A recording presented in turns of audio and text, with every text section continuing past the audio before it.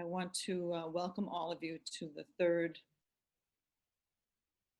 webinar in our Thursday noontime, lunchtime webinar series about women's hair loss. Today's topic, we're going to be talking about treatments you can do at home and sort of compare and contrasting the treatments that are available over the counter that you can purchase online and whether we feel some of them are worth doing or not. It's a really important topic. You can spend a lot of money on a lot of different products, many of which really don't have a lot of benefits. So we're going to sort of pick that apart for you. As you can see, I'm going to talk very briefly about female hair loss and the physiology of it, just as a background, so some of what we say later makes some sense. If you've tuned into our previous webinars, we've already talked about this in the past, but again, we'll just briefly touch on it today. Then I'm going to pass it over to Rosie Scano, who will talk about low-level laser therapy. Diana will then step in and talk about vitamins and supplements, and I'll finish the discussion about treatments that are topical, in other words, things that you put on your head and that can help in terms of hair growth. I want you to look on your screen, and at the bottom you'll see a Q&A section. You can ask your questions throughout the discussion. We will have a Q&A session at the end, and we will answer all of your questions. Last week we had quite a few, and we did manage to answer all of them, so feel free to put in your questions as the webinar moves along. So this is us. I am Mary Wendell, Dr. Mary Wendell. I'm the director, medical director of Medi Tresse. Diana Gallerani is our director of clinical services. She's our nurse practitioner, very experienced. Rosie Scano, our clinical specialist, also incredibly experienced in hair loss in women. I hate disclaimers, but we'll put it out there anyway.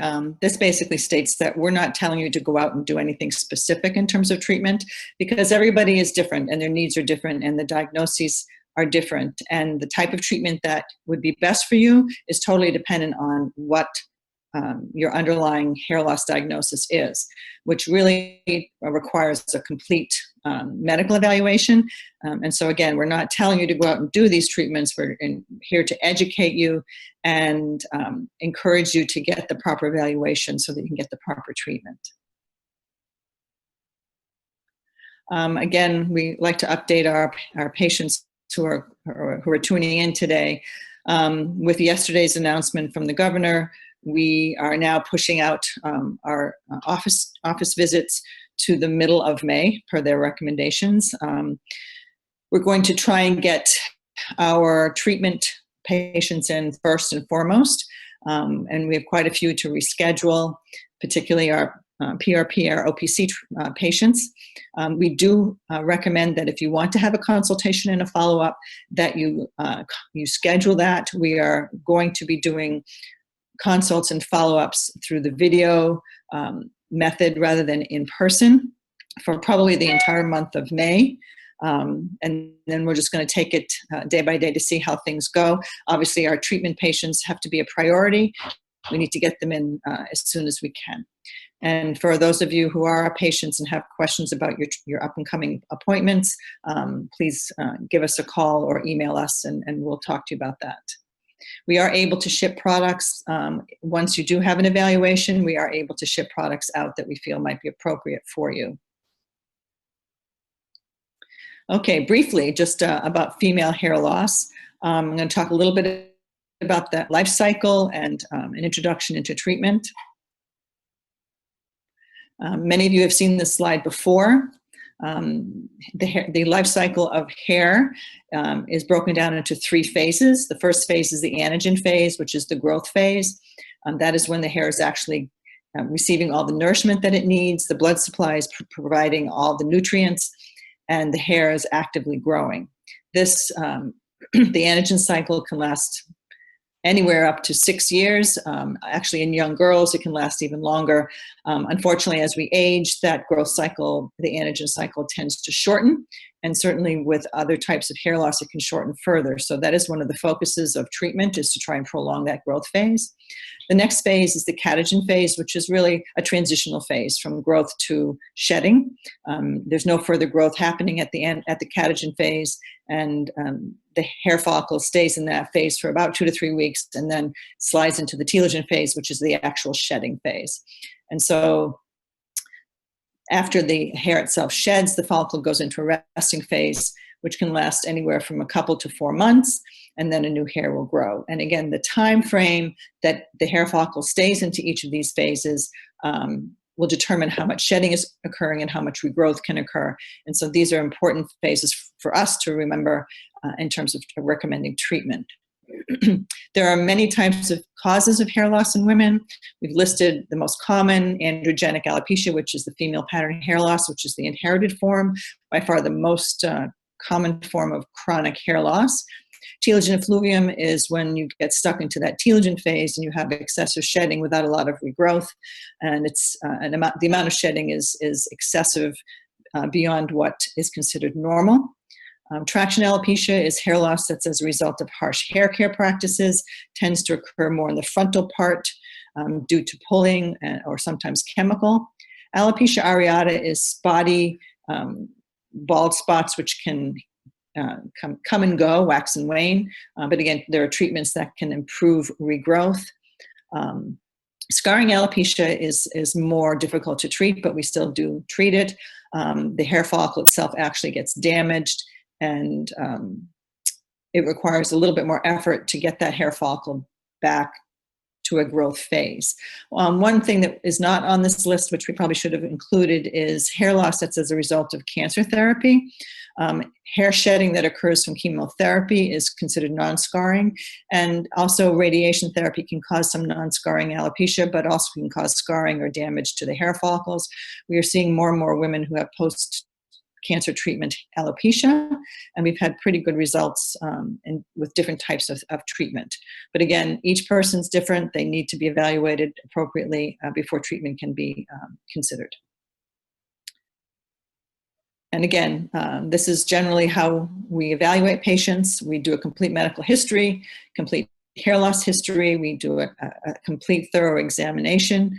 Trichoscopy is that magnifying device that you see in the photo. We can actually look at the hair follicles and see what's going on. It gives us a really good idea of the underlying problem. We oftentimes will recommend blood work to make sure nutritionally the patient is in good shape. They're not under underlying deficiencies which might be aggravating it or actually causing the hair loss. We rarely recommend a biopsy, but once in a while we do, but probably more than 95% of the time we don't, but sometimes we find that it is necessary. Treatment can vary very much depending on the underlying diagnosis, which is why evaluation is so important. We will be discussing low-level laser therapy. Rosie Scano will discuss that. Diana will pick up after that, discussing vitamins and supplements. And I'll finish the discussion with topical treatments, after which we'll have question and answer session. So I'm going to pass this over to Rosie.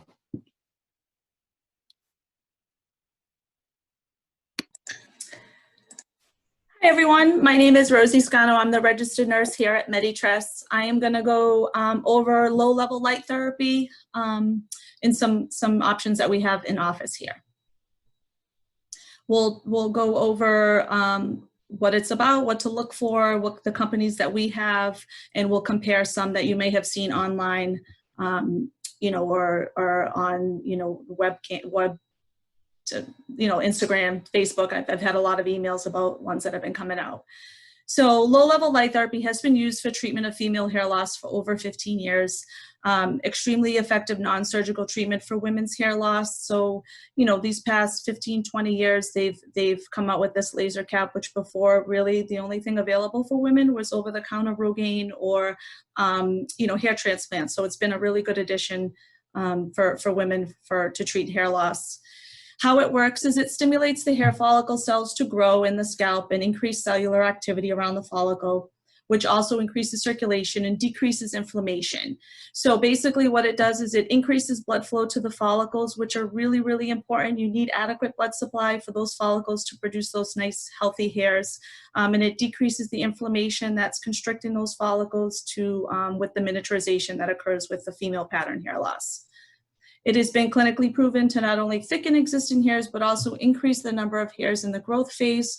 So any of those hairs that are just been laying in those follicles that are dormant, low-level light therapy can really wake up those hairs to produce a nice, healthy hair and continue to, make these inactive hairs grow. It has an excellent safety profile and is not associated with any serious or adverse side effects. It really just is laid on the scalp and it just stimulates those hair follicles. It can be beneficial in treating androgenetic, so the female pattern hair loss, traction, alopecia, intelligent effluvium, which is what a lot of women are experiencing right now.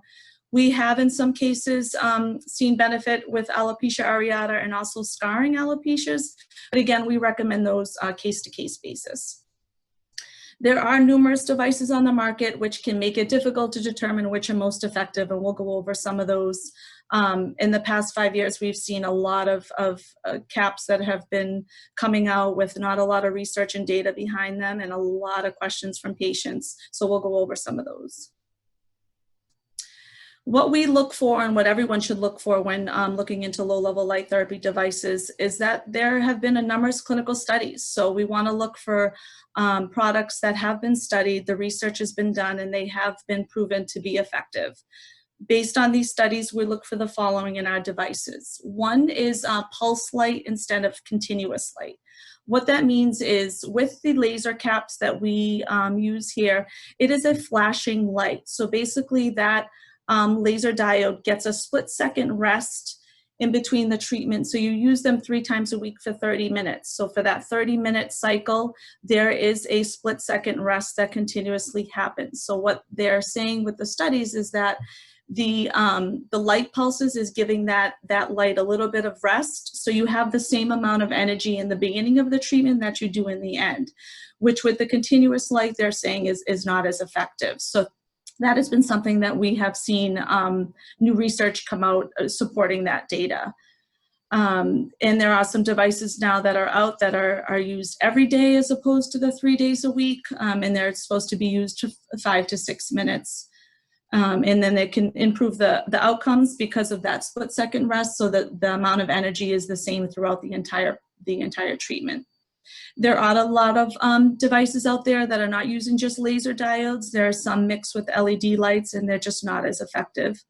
The energy output should be 4 joules per square centimeter, so you want to make sure you have adequate coverage for the size of the cap that you're using, and obviously the 650 nanometers, which is the wavelength that they recommend and use. The LaserCap Company, we have been using this product for well over 10 years. Really great company that we use here.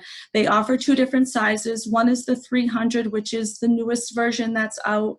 300 diodes means that's how many lights, that's what's giving you that stimulation. And then they have the 224, it's a little bit smaller. The 300 has been a kind of a better product because it gives a larger area to cover. So in the sides and obviously in the crown and in the occipital region, where some women over time have had some diffuse hair loss, which that can help treat that as well. They have been FDA cleared for the treatment of female hair loss, which is really important. There's some pros with the higher energy dose that I just talked about per treatment, the higher peak intensity, the pulse light, more consistent output for the entire treatment area. That's at 4 square centimeters per 4 joules per square centimeter. It is a hands-free device, so you put it on and you leave it on for the 30 minutes. You don't have to worry about moving it or adjusting it. You put it on under a cap or stand alone, and you just leave it on for 30 minutes while you're watching TV or doing anything really. There's no limits to it. The improved device durability and longevity. So again, this has been a really great company to work with. They came out with a limited lifetime warranty. So basically, once you purchase the cap, anything that happens to it in the first 3 years, they will either replace it or repair it free of charge. After 3 years, they do have like a deductible, which will either go towards replacing the cap or fixing the cap if there's anything that goes wrong with it. Honestly, not many patients have any issues with this. They're really made well, but it is something that's really great to know that you have, because one of the cons is the price. So you have that one kind of big price that you pay for, and then after that, you're really covered for life, where a lot of these are not warranted or guaranteed. So you may need a device, and then not well made, so you may need a new device every few years. But the cons is one of the things is the price, but we'll go over that later. Hair Max is another option that we have here. You probably have seen these more online. Hair Max band. It has 82 to 41 diodes. So as you can see the picture there, that's one of the bands that has the 82 diodes, which is the lights that you see, which is lit up. The laser comb, which has 12 to 9 diodes. So a big difference from the LaserCap, where they have over 300 or 224, a little bit of a smaller device that these offer. They also have been FDA cleared. The pros is it is a quality device in a lower price point as well. The cons is that you do have to move this. So it's not something you just put on and leave it. You have to move the device in each area to make sure that you're getting the full scalp, as opposed to the caps where you're just putting it on and it's covering the entire area. It is not guaranteed with the optimal energy in all areas. This is a continuous light device. It is not a pulse light device. And there is a shorter warranty and money back guarantee. I believe it's only 6 months, whereas the LaserCap is a limited lifetime warranty. Other devices that have been out that are on the market now, the most well-known that we've heard about is the Capilis, the iRestore, the Thermadome, and the iGrow. They have anywhere from 40 to 312 red lights and laser diodes. So that's the difference, is that they have a combination. They're not all the laser diodes, so the effectiveness is a little bit less. We would recommend focusing on devices that only include laser diodes instead of the red light and produce at least 4 joules per square centimeter. So you'll see that some of those devices are the size of the LaserCap, but they have much fewer lights. They often advertise price of lowest diode model, but those devices don't always meet the optimal specifications that were found in the clinical studies. So that's really important as well. And many companies have moved to continuous light devices that supposedly require shorter treatment times, but we haven't really seen any data to back that up. So that's really important for us to have factual studies to fall back on. So when we went through a comparison, one of the big things with LaserCap is it is prescription only. So a lot of these companies are selling these devices, and there's no one to really fall back on to say, okay, have I had any good results? We take pictures. We have you come back in for a few follow-ups, which is really important for us. Where a lot of, like I said, the Hair Max, you can buy that online, Capilis, Thermadome, iRestore. They don't have that prescription only component, which it's really hard to know if you've had a great effect from it or not. Optimal energy, LaserCap, yes. The Hair Max, no. Unless you're using it a little bit longer, it's a 30-second treatment. So now we're changing the way we're using it. We're leaving it on for an entire treatment phase as opposed to moving it every 30 seconds. It's just not enough time. And no for the rest. Diodes, again, depends on the device that you're using. 224 to 300 is the LaserCap that we use, and it goes on to some smaller devices. We do currently just use the LaserCap that has the laser diodes, Hair Max as well, Capilis, Thermadome, and the others do not. They have both. Full coverage, yes, because it is the cap that you wear, and it covers that whole area. No with the Hair Max, because it is something you have to move, and yes with the others. Hands-free, you're going to see that with any cap because you're not having to move it. With the laser band or comb, you are going to have to continuously move that to treat the areas that you want. Discreet, yes, because you can put it under a cap. With the laser band, really no way to cover that.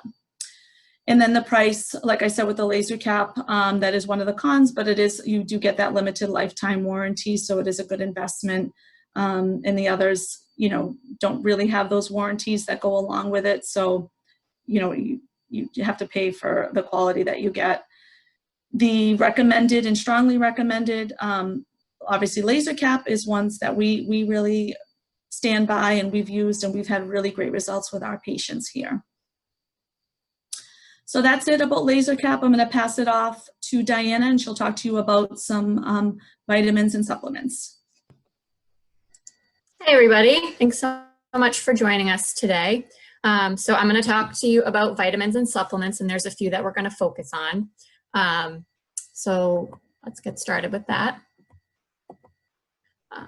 So we're going to talk about LockRx supplements, Viviscal, and Nutrafol, and then some additional at the end. So we recommend that all of our patients take a hair supplement because most people do not get the necessary vitamins and nutrients that they need through their food every day. So it's just kind of a nice way to make sure that you're filling in those gaps in your diet and increasing the absorption of those vitamins as well. So some of the key vitamins and nutrients that are important for overall hair health are biotin, copper, iron, zinc, vitamin A, vitamin C, and vitamin E. And many of the hair loss supplements that you're going to see out there, the ones that we're talking about, and then some others, you will notice that there are additional ingredients, and a lot of times these are things to combat stress, inflammation, gut health, and other things that can be important that have been researched as being effective in the treatment of hair loss. So LockRx supplements. So this is a new supplement line that we've recently started working with that we really like. It's a 3-step program, and it's formulated to address total body inflammation through gut health and nutritional factors that play a role in hair growth and shedding. So like I said, it's a 3-step system. The first step is defense, and this is a prebiotic supplement. It's in the form of a powder that you would mix 1 scoop in with a beverage and take that every day. It includes mineral-rich blue-green algae, which is a proven anti-inflammatory, curcumin, aloe, licorice, and beta-glucan, and these all address your gut health. So the first step is to really treat that gut health and prime the GI tract to make sure that it is going to best absorb all of the things that we give to it next. So the next step would be block and or guard. So these are 2 supplements. The block hair loss supplement is a follicle enrichment supplement. It includes proprietary blends of botanicals and adaptogens, marine collagen, saw palmetto, which helps to support hair growth and also block the conversion of testosterone to DHT. So that's a big factor in androgenic alopecia. And so we want to make sure that if somebody does have androgenic alopecia, that we are doing something to block that conversion of the testosterone to DHT, which is going to lead to a problem. It also contains vitamin E, vitamin C, calcium, phosphorus, iodine, magnesium, copper, zinc, ashwagandha, resveratrol, inositol, choline, horsetail herb powder, L-cysteine, and L-lysine. So very, very comprehensive in terms of the numbers of ingredients that it contains, and each of those ingredients is doing something specific for the hair loss. And then a lot of people, depending on the type of hair loss, if you have androgenic alopecia, we recommend taking GARD as well. GARD is basically a healthy hair loss supplement. It's making sure that those hairs stay healthy. So guarding them against any damage. So it includes a premium blend of B vitamins in their most bioavailable form, so making them easier to absorb and do their work. And so, like I said, if you have androgenic alopecia, we recommend this 3-step program. It can be customized a little bit depending on, if you have telogen effluvium, we may recommend just the GARD and the defense, or, that's why it's important for you to actually chat with one of us if you're interested in doing this, because we can help you customize if that's something that's appropriate. So like any supplements, there's going to be pros and cons. The pros for LockRx is that it's comprehensive. They are, between the 3 supplements, there are a lot of different ingredients, and each one of those ingredients has a purpose. So it's the most comprehensive supplement that I've seen to date for hair loss. It's customizable, like I said, depending on the type of hair loss you have or other factors that are going on. It can be customized to include 1, 2, or 3 steps of the program. The defense powder, I find that is very pleasant tasting. It tastes very sweet, so it's not something that you're really choking down, which is a plus because a lot of times the supplements that you're taking don't taste that great, and it can be hard to motivate yourself to take it if that's the case. The LockRx supplements are gluten-free, which is nice for people that are gluten sensitive. And it's a once daily dosing. So you can do these all at once. You don't have to split the dosing throughout the day. Cons, the Defense and the Guard have larger tablet size. So if you have a hard time swallowing tablets, you may have a difficult time with these. They are not capsules, so they can't be opened and mixed into something. And they're not vegan. They do contain marine collagen.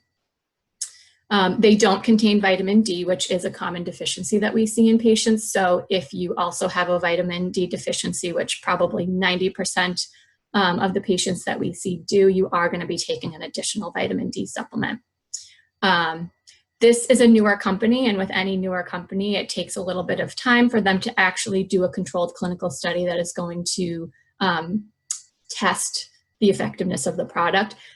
They did do a lot of important research prior to formulating this product, and so every ingredient that is in the product actually has clinical research behind it to support that it is effective to treat hair loss. So we look forward to seeing some clinical studies put out by LockRx in the future, but they haven't gotten to that point yet. So Viviscal. Viviscal is a supplement that we've been using for a long time. It comes in 2 strengths, the extra strength and the professional strength. The professional strength is the one that we carry in the office. The extra strength is basically just a more watered down version, if you will, of the extra strength. The extra strength is a more watered down version of the professional strength.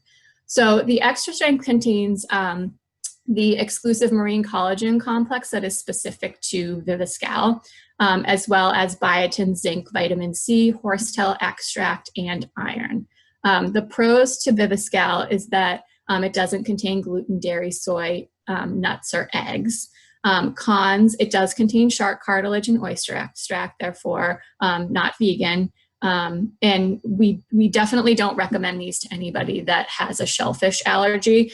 Sometimes people have come in already before taking them who have a shellfish allergy, but it's not recommended by Viviscal to give these to anybody that does have a shellfish allergy because there can be an allergic reaction because of the ingredients. Viviscal does have to be taken twice daily. So this is not one where you can take both tablets at the same time. If you want this supplement to work to its most effective potential, you do need to split the dosing twice a day. It is a tablet versus a capsule, so you can't open it up and pour it into something or mix it. You have to swallow it, and it is a little bit fishy tasting because of that marine collagen. Viviscal extra strength does contain iron, so something to keep in mind. Usually not a problem to have iron in there. We definitely recommend iron to women prior to menopause. I've seen a lot of not necessarily iron deficiency, but low iron stores in even women that have gone through menopause. So something just to be mindful that it's in there. If you know that you've had your iron checked in the past and it's high, you may want to avoid this one. And then Viviscal's been around for a long time. They do have some clinical studies to support that they are effective, both the extra strength and the professional strength. And they actually did some studies comparing one to the other. So they have found that the extra strength version is not as effective as the professional strength, which we'll talk about next. So the professional strength is the one that we carry in the office. We have a number of patients taking this. The Viviscal professional strength does contain vitamin C, biotin, calcium, the aminomar, so that blend that is specific to Viviscal. It has more aminomar in it than the extra strength version. It also contains apple fruit extract, L-cysteine, and L-methionine. Like I said, there's a higher dose of that aminomar. Plus the additional extract, the apple extract powder. That's an additional ingredient that is in the Viviscal Professional. Pros to this product, it's clinically proven to be more effective than the Viviscal Extra Strength. Like I said, they did do those research studies. And then the cons are, it's not vegan, it's got that shark cartilage and oyster extract, can't be given if there's an allergy to either of those components. It does have to be taken twice daily like the Extra Strength. It is a tablet versus a capsule, and it does taste a little bit fishy. This one does not contain iron, so that's a difference between the two. So again, just something to keep in mind, usually not problematic, but it's good to know that. And again, there's some clinical research studies referenced on this slide that were done by Viviscal that were published in the Journal of Drugs and Dermatology, which is the major dermatology journal. So usually if something has been published in that journal, it's a pretty good indicator that it's something worth taking a look at. And then there's Nutrafol. We love Nutrafol. We've been using Nutrafol for a few years now. They have two different formulations, which is kind of nice, the Nutrafol Women and the Nutrafol Women's Balance. The Nutrafol Women is meant for women ages 18 to 44, and the Women's Balance is for women 45 and older. And it just provides a little bit more hormonal support during that hormonal transition of peri and postmenopause.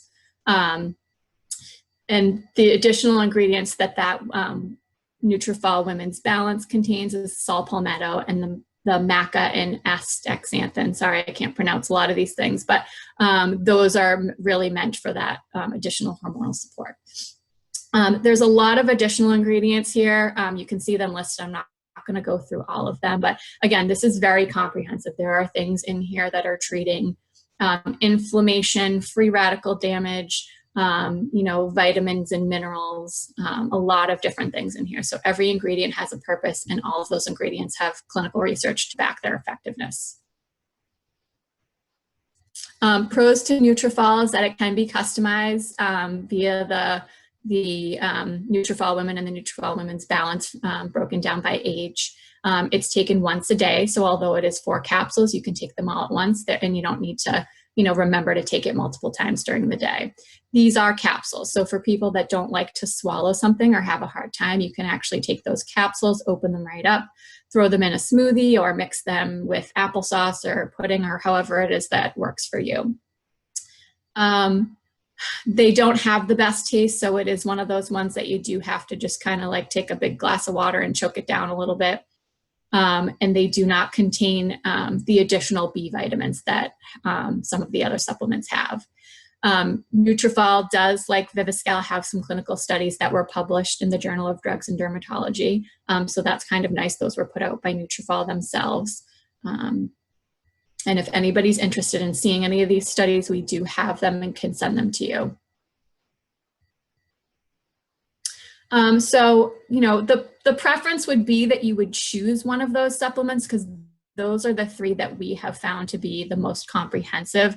And, we have had a lot of patients on Nutrafol and Viviscal for a number of years. LockRx is newer, but we feel very confident in the research that was put into that, as well as, the overall ingredient profile. So the LockRx is my preference right now, with Nutrafol being a close second, and then the Viviscal. Sometimes cost can be a limiting factor for people on these, and so there are other supplements that we do look at as being very important, and so sometimes people end up putting together kind of their own little cocktail of things based on a lot of these recommendations. So vitamin D is something that we do very commonly see deficiency in. It depends on your vitamin D level, but dosages can range anywhere from 1,000 to 50,000 units. So it would be 1,000 daily or 50,000 units weekly, which is a prescription strength. So it's always a good idea to get the vitamin D level checked. In this part of the country, we only get 4 months of direct sunlight, and most of us, when we are outside, are covered in sunscreen. So we're really limiting our vitamin D absorption, since most of it comes from the sun. Probiotic is another one that really helps to maintain a healthy GI tract, and that will allow your other supplements to be better absorbed. So it's always a good idea to take a probiotic, and vitamin D for that matter, but it can be very helpful for hair. Fish oil is another one that's really good for overall health. It helps to reduce inflammation, which can be problematic in hair loss. So that is one we also recommend. Vitron C, that is a product that we like for iron. So a lot of people do have not necessarily iron deficiency where we're seeing anemia, but we particularly look at the ferritin level, which is the iron stores. And that is something that we like to see right between 70 and 90 or higher. And most people have ferritin stores that are less than that. So Vitron C is a product, the iron and the vitamin C combo, the vitamin C really helps that iron to absorb better. So that's typically what I like to recommend. B12, again, this is another one. B vitamins are important. We see deficiencies common in patients that don't consume a lot of animal products. So if you are vegan or vegetarian, we recommend taking a B12 supplement, but the dose can vary depending on the level. So it's a good idea to get this one checked. And then biotin, probably everyone on this webinar has heard of biotin for hair loss. It's usually the number one thing that people tell us that they've tried when they come in for a consultation. And really the truth about biotin is that it can make your hair healthy overall, but it's not going to limit the number of hairs that are falling out or make them thicker. So a lot of times, more often than not, people come in and say, I tried biotin, but it really didn't do anything. I'm not saying don't take biotin. I think that biotin is a good supplement, but it's one piece of the puzzle. And if you look at some of these hair loss supplements, it's one ingredient out of 21 or more. So it's not the entire picture. I always like to mention we have seen some issues, and this has been documented, that biotin can actually interfere with thyroid testing. So if you are somebody that's having your TSH or other thyroid tests checked, you want to make sure you stop this for a week before. That way we can make sure that the levels that you're getting are accurate. Now, again, here's just a comparison slide of the different products that we talked about. Like I said, LockRx is the first preference, then Nutrafol, then Viviscal. LockRx is the only one that's truly customizable. We can we can do 1, 2, or 3 steps of the program depending on the diagnosis and the needs of the patient. The Nutrafol, there's some customization here between the Nutrafol Women's Balance and the Nutrafol for women, depending on your age. The Viviscal products are not customizable. Nutrafol and LockRx include a DHT blocker. Viviscal does not. So for somebody with androgenic alopecia, something that contains a DHT blocker is definitely going to be preferred. The LockRx helps with the GI piece of it, making that GI tract as healthy as possible to allow the rest of the nutrients to be absorbed better. So that's that defense powder. So the other supplements do not contain that. Some people I've had just do the defense powder and the LockRx if they liked and tolerated well the other supplements they were taking. So you could do it that way too. Nutrafol and LockRx both help with the stress management piece of it. The Viviscal does not. And then clinical research. We talked about the clinical research for Nutrafol and Viviscal. In terms of studies for LockRx, they're not there yet. They're still a newer company, but the research behind every ingredient that is in that product is there. And we're actually working on compiling a comprehensive list of the studies on those ingredients. So that would be available in the near future if someone is interested in that. And then pricing. Obviously, this stuff can get a little bit pricey. The Viviscal Extra Strength is going to be the most cost-effective option, followed by the Professional Strength, and then the LockRx and Nutrafol after that. Actually, again, too, coming back to that, the cost on those, the LockRx, we can work with people too on cost in terms of like prioritizing, because you can break down that 3-step system. If cost is a factor for somebody, we can kind of look at what the most important steps of that is too. So that's another option with LockRx. So I'll pass this on to Dr. Wendell now. She's going to talk about topical products.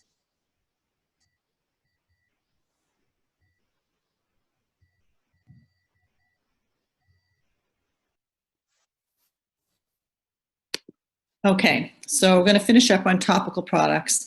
There are hundreds of products out there, whether it's shampoos or serums or solutions, that claim to help you grow your hair, to decrease hair loss.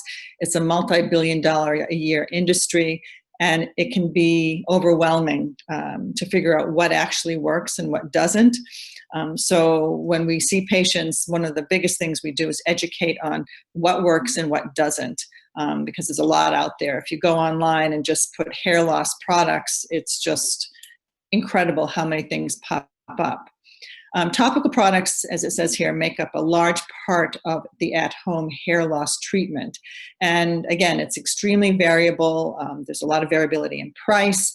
What I'm going to do actually is talk about the ones that we hear the most about from other patients, and we'll also talk about the ones that I feel have some research or some studies to support their use.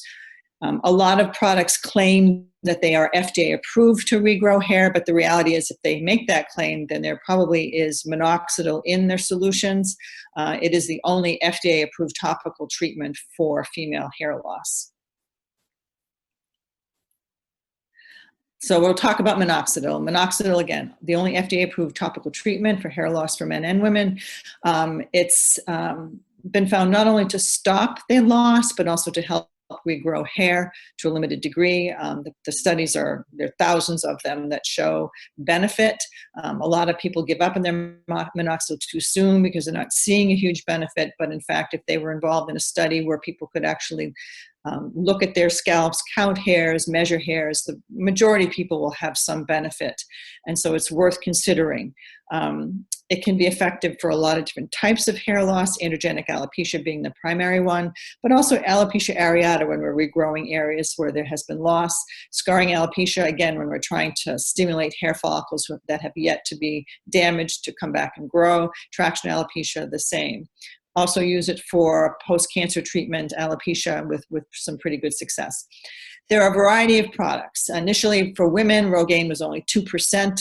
We do not recommend that anymore, as studies have demonstrated 5% really is the most effective. Some women are still using 2% as it's still available in over-the-counter online. It's just for women. But if you are using 2%, you really have to use it twice a day, which makes it less useful in my opinion. A lot of people hear about Keranique, which is also just a 2% solution. They do recommend twice a day dosing, which is what the BID is. However, a lot of minoxidil treatments, including Rogaine, Keranique, Nioxin, have a lot of alcohol in it, as well as propylene glycol, which is incredibly irritating to the scalp. So that becomes a very limiting factor in terms of its usefulness. From my own experience, when I started using minoxidil or Rogaine, I started with the 2%, moved up to the 5%, but the alcohol and propylene glycol created so much inflammation on my scalp, I had to stop. Unfortunately, back then, there was nothing else to use, and I had to stop using it for about 5 or 6 years until newer products became available. Rogaine 5% comes in solution, but it also comes in a foam, which does not have the propylene glycol in it, is not nearly as irritating to the scalp. It is a 5% treatment, which again, you only need to do once a day. The limiting factor for the foam is that for women who still have a moderate amount of coverage, I believe that the foam, much like a styling foam, gets lost on the hair itself. This needs to get to the scalp to be useful and to have any benefit at all. But it is less irritating, which is good for a lot of us that have sensitive skin. But again, if you have moderate coverage, I think you're going to lose out on the foam as compared to the solution. Nioxin, again, 5% solution, which is good, but again, has the alcohol and the propylene glycol. Fortunately, we now have available a couple of products which don't have as much alcohol and no propylene glycol in it. One that we have recently become aware of is called Advanced Trichology Formula PM. It does have the 5% minoxidil solution. It has retinoic acid, which helps clean the scalp, allowing for the minoxidil to be absorbed, and also has some anti-inflammatory components. It is not prescription, which is makes it easier to obtain. We however, recommend a similar product called 82M, which has the 5% minoxidil, the tretinoin, which is like the retinoic acid. It cleans the scalp, takes care of removes the dead skin cells to allow the medication to be absorbed better. And it has a prescription strength anti-inflammatory, which allows, called fluocinolone, which allows the inflammation to quiet down on the scalp if that's a problem. It's very low dose, and it does tend to work better. I'm able to utilize the 82M minoxidil solution, which and again, could not tolerate the 5% because of the alcohol and propylene glycol.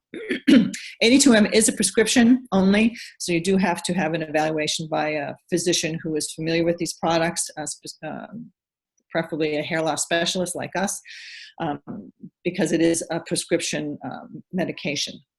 We get it from a compounding pharmacy, and a lot of our patients utilize this, myself included, with very little issues. There is something called 82F, excuse me, which is exactly the same as the 82M, but also has finasteride in it, which I will talk about a little bit later, which is a potent DHT blocker for postmenopausal women only. Still a prescription. We are careful as to who we can prescribe this for. DHT is the byproduct of testosterone breakdown, which actually is the evil component which causes the damage to the follicle in genetic hair thinning. So anything that can block the DHT is a good thing. However, this is only safe in postmenopausal women. So we do recommend the 82M very highly. The majority of our patients do utilize it. It's a little bit more expensive than over-the-counter, but not a lot more expensive, and it has the benefit of no alcohol and no propylene glycol. Shampoos, boy, there are millions of them. It's important to know that there is not a shampoo on the market that's going to regrow your hair. Shampoos, the products, the treatments that are inside the shampoos don't stay on the scalp long enough to really be absorbed. Good product shampoos can act as thickening agents and also strengthening treatments, but again, nothing in terms of a shampoo is going to regrow hair. It's going to make it stronger, perhaps, and a little bit more tolerant to all the styling things that we do to our hairs, but it's not going to regrow. I'm going to talk about a few products that do come up in conversation at our consults. Aveda products generally are actually really good products. They do have what's called an Invadi advanced system for thinning hair. Again, will not regrow hair, but it includes a lot of Ayurvedic herbs like ginseng and turmeric, which we know can actually decrease inflammation of the scalp and help a little bit as a DHT blocker, particularly the turmeric. Good product. They don't really have any studies, significant clinical studies to demonstrate benefit, but I do think it's a good product. Keranique, again, their shampoo products don't have anything to regrow hair. They are designed to remove the buildup and strengthen the strands of the hair. They do have protein in it, which do help, again, to strengthen the actual hair itself. Nioxin can cleanse the scalp, again, allowing other treatments to make their way into the scalp, but again, not going to regrow hair. It's, in terms of Keranique and Nioxin, it's their serums which have the minoxidil in it that actually can have some regrowth potential. But again, both of those products have the alcohol and propylene glycol, which we don't recommend. Trichomin is a clinical shampoo and spray. It's a product that we do recommend. This is made by a company, a pharmaceutical company that actually makes skin healing products, post-surgical products. The shampoos, conditioner, and spray contain copper peptides, essential amino acids, and minerals, which do, in studies, they have been clinically studied, show that they make the hair stronger and thicker. Again, can't say that it's going to regrow hair, but it's going to help you grow a better quality hair. DHT blockers, I mentioned these briefly. Dihydrotestosterone, or DHT, is a hormone that can lead to androgenic alopecia. It comes from the breakdown of testosterone, and it is the hormone that actually causes the hair follicles to get smaller and then the hairs to get smaller as a result. These types of products are most effective in patients who have androgenic alopecia. particularly younger women, because we actually have higher testosterone levels. Younger, past menopause, our testosterone levels drop some, not nearly as much of our estrogen or progesterone, but the testosterone does drop some, but DHT can still be a problem for androgenic alopecia. Some topical DHT products will include saw palmetto, pumpkin seed oil, tea tree oil, turmeric, which can be DHT blockers. These are supplements that we take orally as well. Diana mentioned some of these, but they are available as topical products. And if you see those things included in a serum, for instance, it might be worth considering. It's not super strong in terms of a DHT blocker. There are some more potent ones. Nizoral shampoo is actually considered a dandruff shampoo. You can get 1% over the counter at any pharmacy. 2% is actually a prescription strength. This is a very potent DHT blocker. And if used once or twice a week, you leave it on the scalp for a good 10 minutes before rinsing it off, it will help with DHT buildup, and it will block the DHT. It also has some anti-inflammatory benefits. I use Nizoral shampoo periodically. It also helps with dryness of your scalp, which is a nice side effect.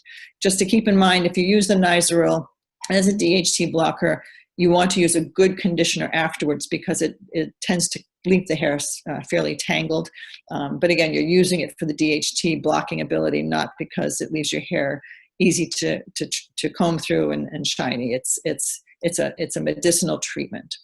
The other topical treatment, as I mentioned before, is the 82F, which is a minoxidil treatment that has finasteride in it. Finasteride is a very potent DHT blocker. It's the medication that a lot of men who have hair loss take orally. There hasn't been a lot of success using it orally for women, so we don't often use it. But as a topical treatment, it's something to consider, but only for postmenopausal women. And then lastly, I'm going to mention microneedling. It's something that's been coming up a lot lately. There's a lot of research done on microneedling as an effective treatment for hair loss. There have been a lot of studies that have been done.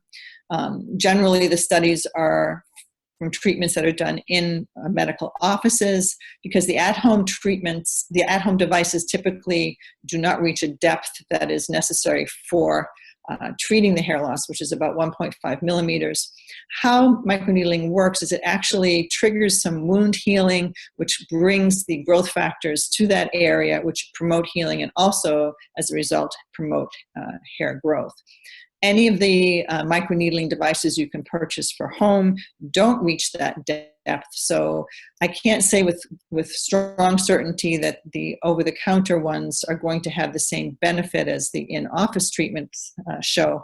But what we have added with the Lock RX is actually nicely, in addition to the stamp microneedler, it actually has the serum in it, which has the growth factors. So it adds the benefit of the growth factors that you're not going to get with just using the microneedling alone. There are two types of microneedlers that are available. One is a roller, which we don't recommend, because what we have found is that, if you can imagine, rolling can actually damage the existing hair and cause breakage. We prefer a stamper, which you just utilize like this, and you don't actually run across the hair fibers themselves. But again, the microneedling stamper alone, we don't have as much confidence that it's going to work at home with the ones you can buy over the counter as compared to the ones that were done in office and studied.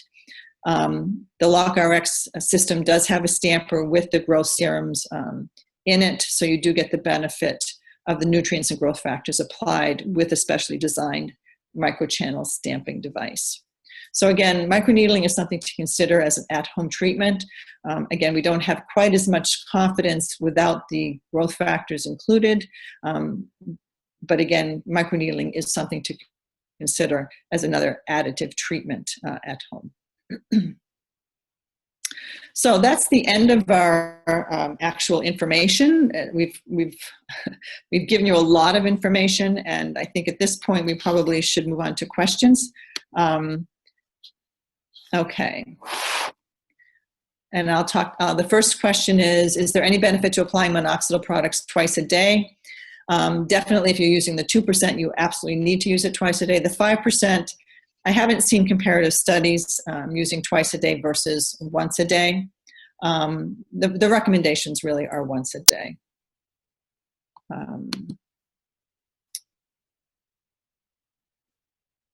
Okay.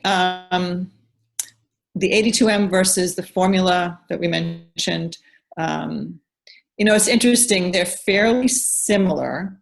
The difference is actually the anti-inflammatory.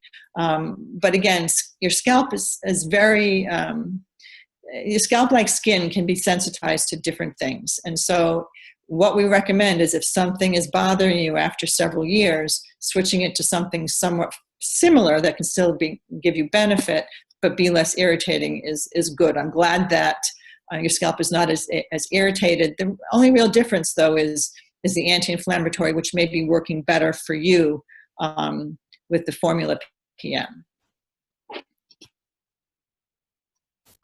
The next question is ongoing problems with crystallization with the 82M solution. We actually haven't had as much problems lately. I myself just obtained a recent batch of the 82M, and I'm not having any problems with the crystallization.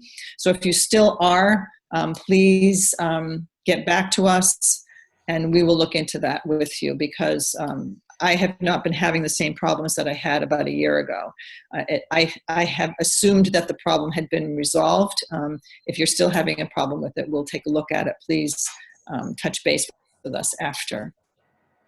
The other thing too, just to keep in mind on that, certainly we're dealing with issues if people have them, but the products, you get them in 2 bottles, and it's depending on if it's 82F, they do package that a little bit differently. And the reason for the multiple bottles is that once the ingredients are exposed to air, it does make them more likely to crystallize if not used within a certain time frame. So if you're getting those bottles, make sure that you're not opening them until you need to, and that typically if you're going through it slower than 1 bottle every 3 months, you're probably not using enough, and you may start to see crystallization the longer that the bottle is open for. Yeah, that's a really good point, Diana. Thank you. I actually had that happen because I left a bottle at my summer home on the Cape and started using it when I went down there because I forgot my current bottle, and it had been sitting there for a while, and there was a moderate amount of crystallization in there. So using the right amount and having it only be open for 3 months is an important part of that problem. But if you're continuing to have problems, please let us know. Somebody asked about PRP. PRP isn't something we would consider as an at-home treatment. Next week, we are actually going to talk about PRP treatments in depth and discuss the different types of PRP treatments, because they are not all the same. So if you're interested in that, you certainly can sign up for a consultation, which is, there's no cost for that, and get your own individual recommendations, or tune in next week and we will hopefully be able to answer all your questions about PRP. And again, the next question, cost of a consultation. The consultations, there is no cost for consultations. They either online or in person. We don't charge for consultations. Lock RX. Somebody asked, can I purchase the Growth Serum separately from the Lock RX? The answer is you can. It comes with the microneedler, but you can get it without all the supplements. I assume that was the question. Oh, I skipped one. I apologize. Somebody asked, does the Lock RX help patients with PCOS? The answer to that is yes, I believe that it will, as long as you're having the hormonal issues that come along with PCOS addressed as well. With PCOS, the hormonal issues have to be addressed to get any kind of benefit from any kind of treatment for the hair loss that can accompany it. Let's see. This is a very difficult question to answer and very complicated. A patient asked, what about hair loss caused by medication for rheumatoid arthritis? The answer to that question is it very much depends on which medication you're taking. There are some that definitely can affect hair loss, some that do so less severely. But having said that, we do have success treating hair loss for for women who have rheumatoid arthritis as well as lupus, who are on some of these medications. It just takes a lot of different consideration, and we have to talk about all those things more carefully and have realistic expectations of benefit, which we do believe can help, but needs to be discussed carefully with each patient.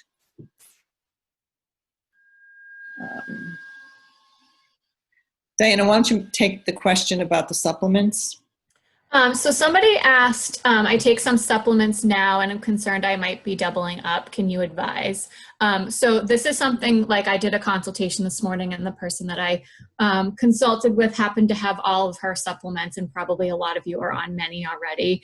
So that's something that if you're concerned and you want to call us or email us a list of what you're taking, there probably are some things that are going to be duplicated in the supplements, like the LockRx or the Nutrafol, particularly, are the biggest concern, just because they have the largest number of ingredients. So if you want to send us an emailed list of your medication, of your supplements, or give a call to the office, we'd be happy to. I could actually give you a call. I'll take your name down. I'm assuming if you're not a client already, can you please just respond to the chat with your email or phone number, the way that you'd like to be contacted, and I will contact you later today.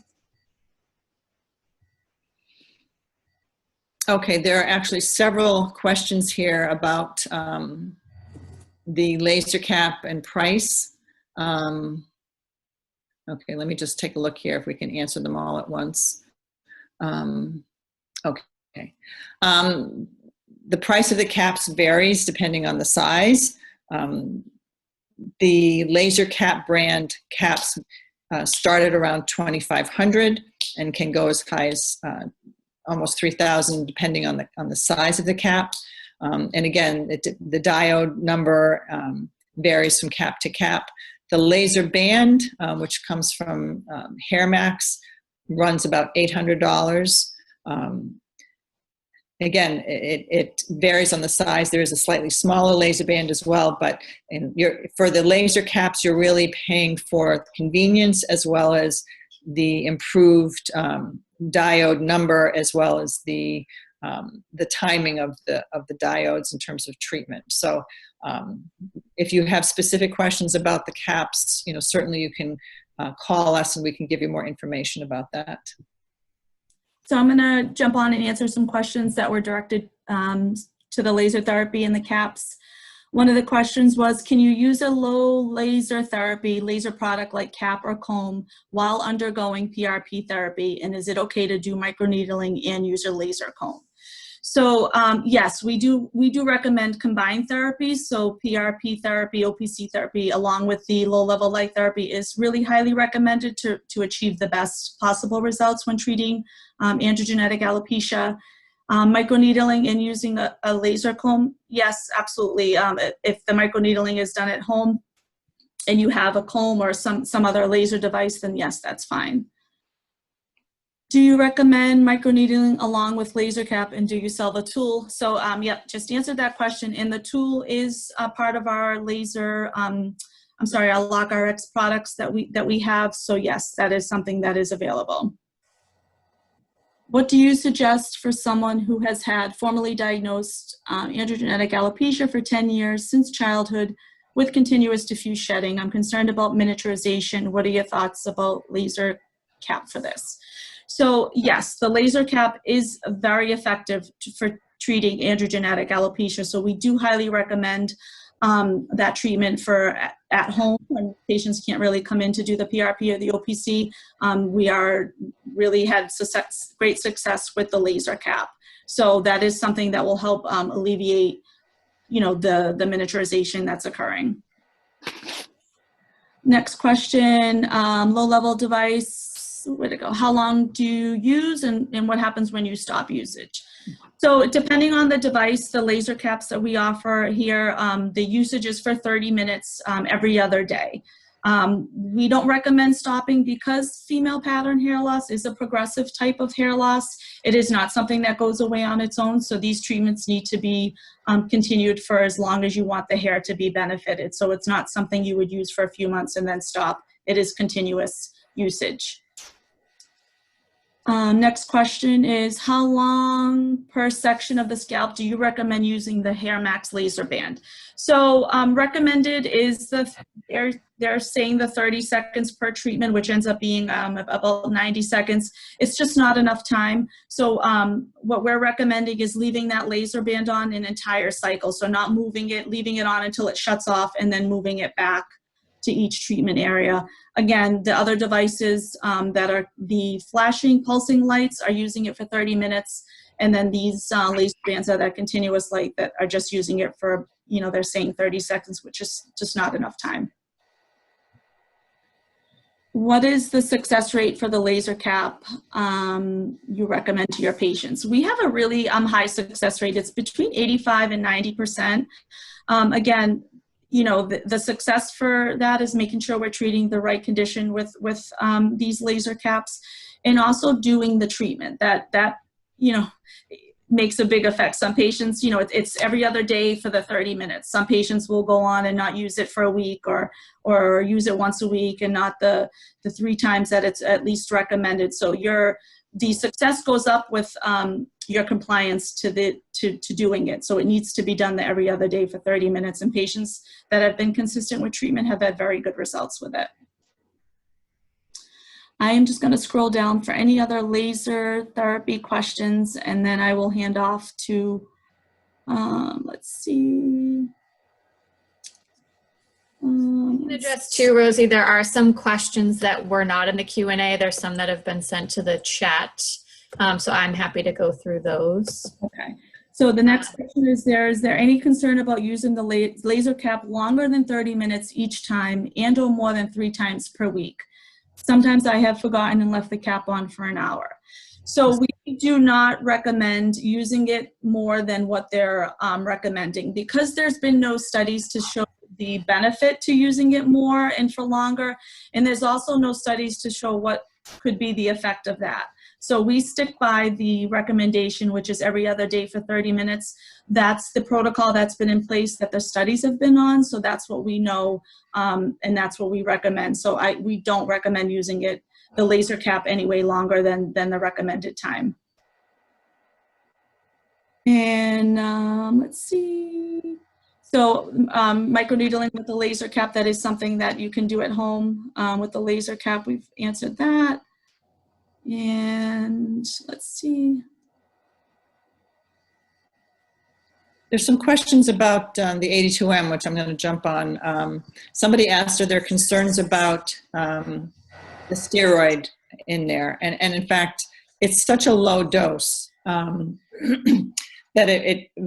and very, very little of it gets absorbed. I mean, there are some concerns using high-dose steroids for long periods of time, but this is a very, very low dose, and it really is meant to just decrease a little bit of the inflammation around the hair follicle. I will tell you that I've been using it for years, and the skin in my scalp has not been negatively affected by it. It's extremely safe. And how is it applied? The 82M does not come with a dropper, which I wish it did, because that would make it a little easier, but it's about 20 drops per treatment. Somebody asked if we have success with FFA, and I can only assume that that's free fatty acids, which I'm not really sure if if that's the correct question. I would frontal fibrosing, maybe. Oh, maybe frontal fibrosing. Yes, that's probably what it is. We have some success with FFA. Yes, we do. Again, scarring alopecias is very tricky, and it's more difficult to treat, but we do have some success with it, and we're very enthusiastic about trying different treatments, which include some of what we've described, but also there are other oral medications which need to be considered for scarring alopecias.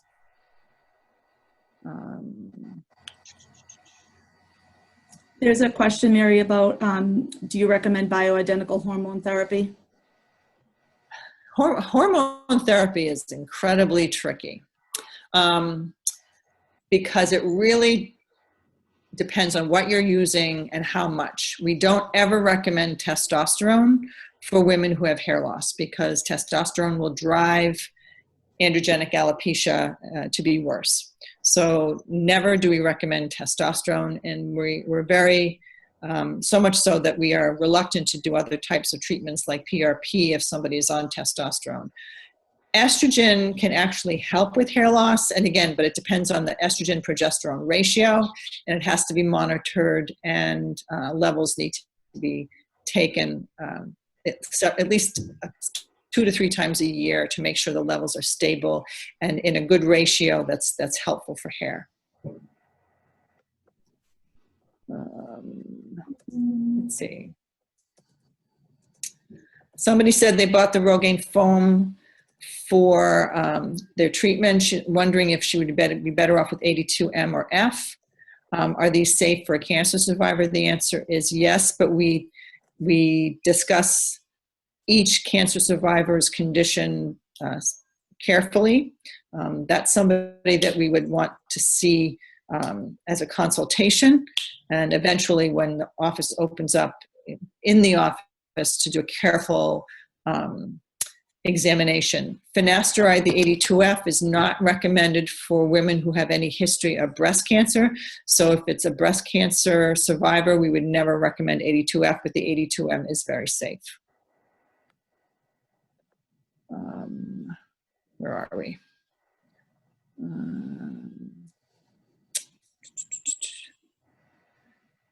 see. Somebody asked, can you recommend anything to help me grow my hair back? And the answer is there's a lot to be recommended.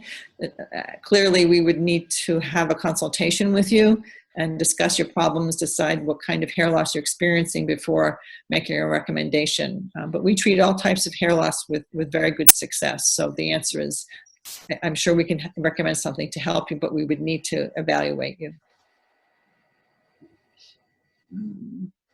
Another question, what can you advise for androgenetic alopecia?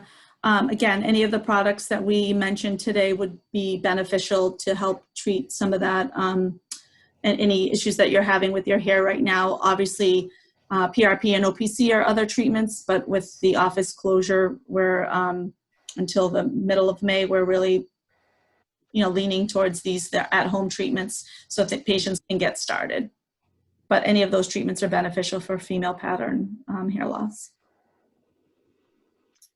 There was one question at the top that was missed. Can topical finasteride aggravate hair loss? No, it cannot. It can help, especially we would only use finasteride again in someone post-menopause and if they have androgenic alopecia.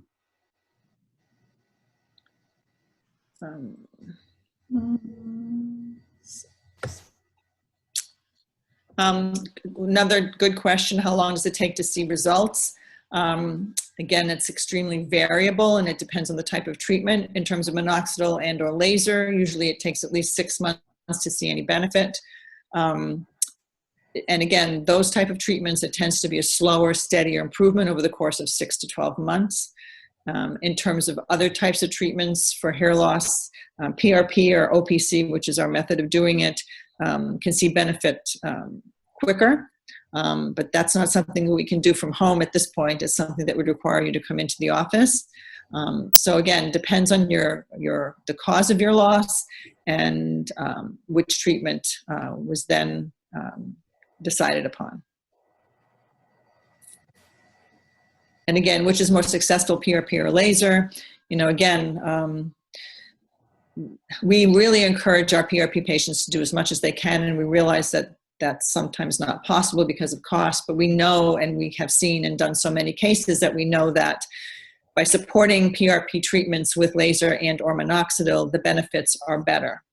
So PRP is something that again, you do 3 treatments. I would recommend, if you're thinking about that, to listen next week about the PRP treatments and how we do it. The 3 treatments and then follow-ups carefully, but most people will need booster treatments moving forward. And again, everybody's results are variable.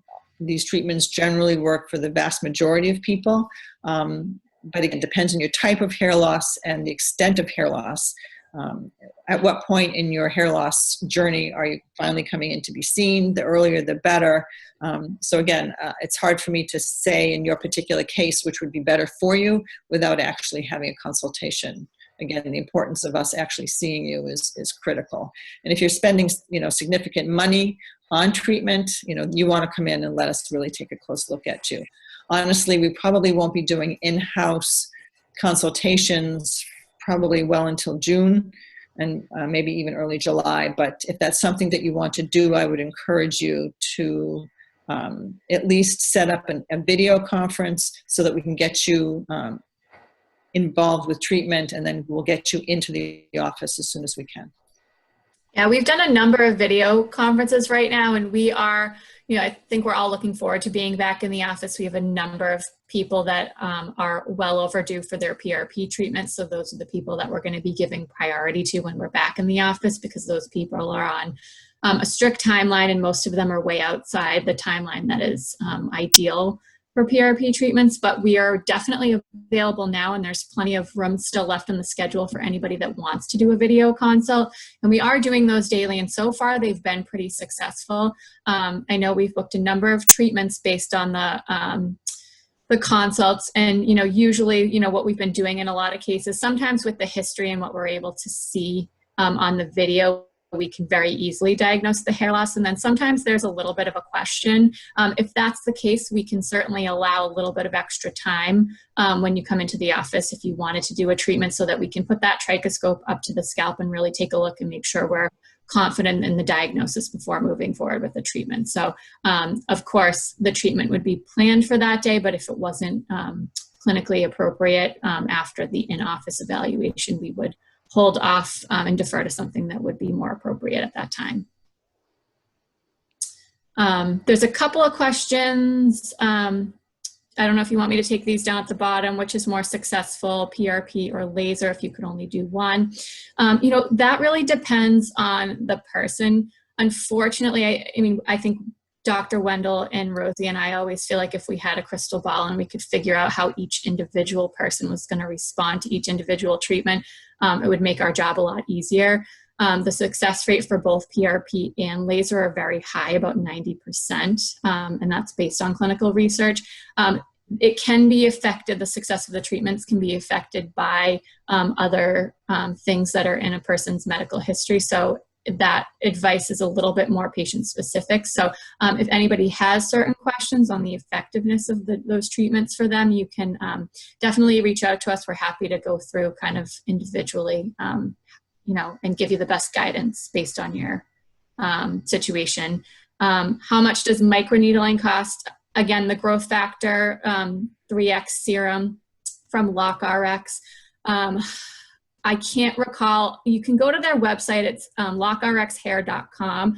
I know to do, they have a Try Me special that includes everything, and that runs about $350, I believe.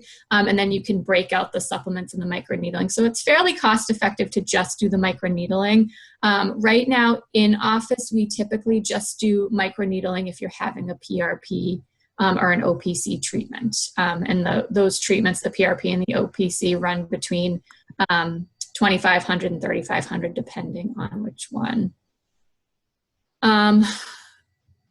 Wearing a wig, is it harmful for regrowing hair? It depends, certainly the way that wigs are attached oftentimes, or in areas that they're rubbing, you can have a secondary traction alopecia. We've seen this before, particularly if it's clipped on. But typically, if that's not the case, that, it's not going to contribute to androgenic alopecia, if that's the question. How old is too old to regrow hair? I get this question a lot.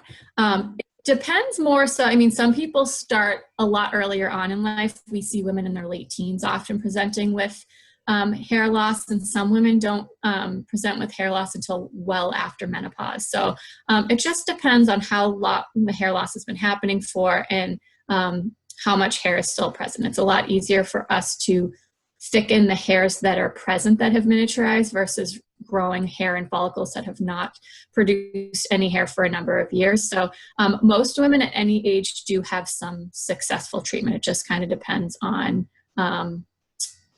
some things that we can help you determine in the office, like how much loss is present, how wide the part is, and things like that.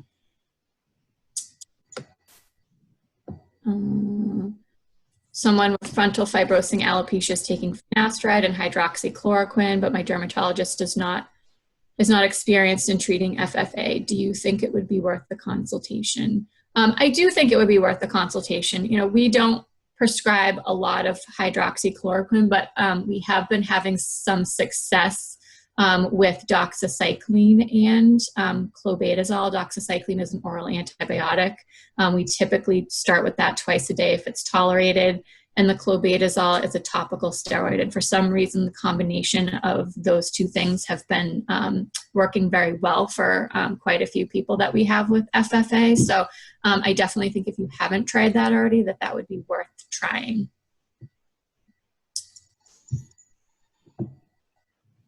Okay. I think at this point,